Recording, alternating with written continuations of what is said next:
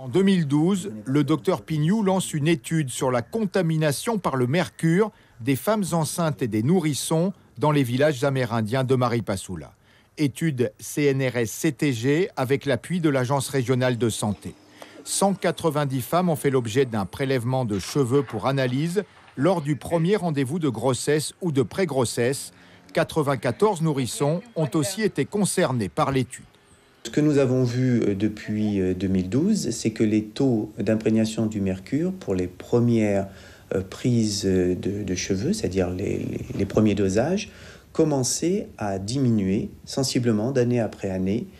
On passait d'une moyenne géométrique de 12,5 à 6,5 en 5 ans. Soit une division par 2 de la contamination depuis 2012. Pour le docteur Pignou, ces bons résultats sont liés en partie au volet prévention de l'étude.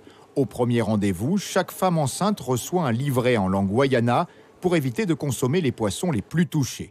Et le message passe bien dans les villages. À chaque fois que je rencontre une nouvelle femme enceinte qui rentre dans le protocole, nous avons spontanément 1 ou 2 femmes qui ont été enceintes précédemment et qui viennent expliquer à la nouvelle parturiente, future parturiante, comment ne pas être contaminées à partir du livret qu'on leur a donné, un livret individuel, en ne mangeant pas les poissons les plus contaminés, en mangeant plutôt les poissons qui étaient les moins contaminés, en prenant un maximum de fruits et légumes qui peuvent avoir un effet de chélation naturelle par le sélénium qu'ils contiennent, etc. Donc, mon discours se réduit à témoignage de mes patientes anciennes qui viennent spontanément auprès de mes nouvelles patientes.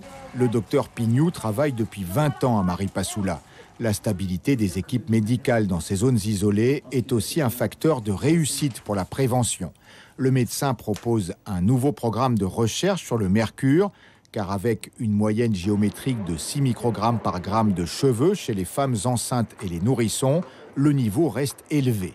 À partir de 2,5 microgrammes par gramme, des études font état de possibles atteintes neurologiques sur le fœtus.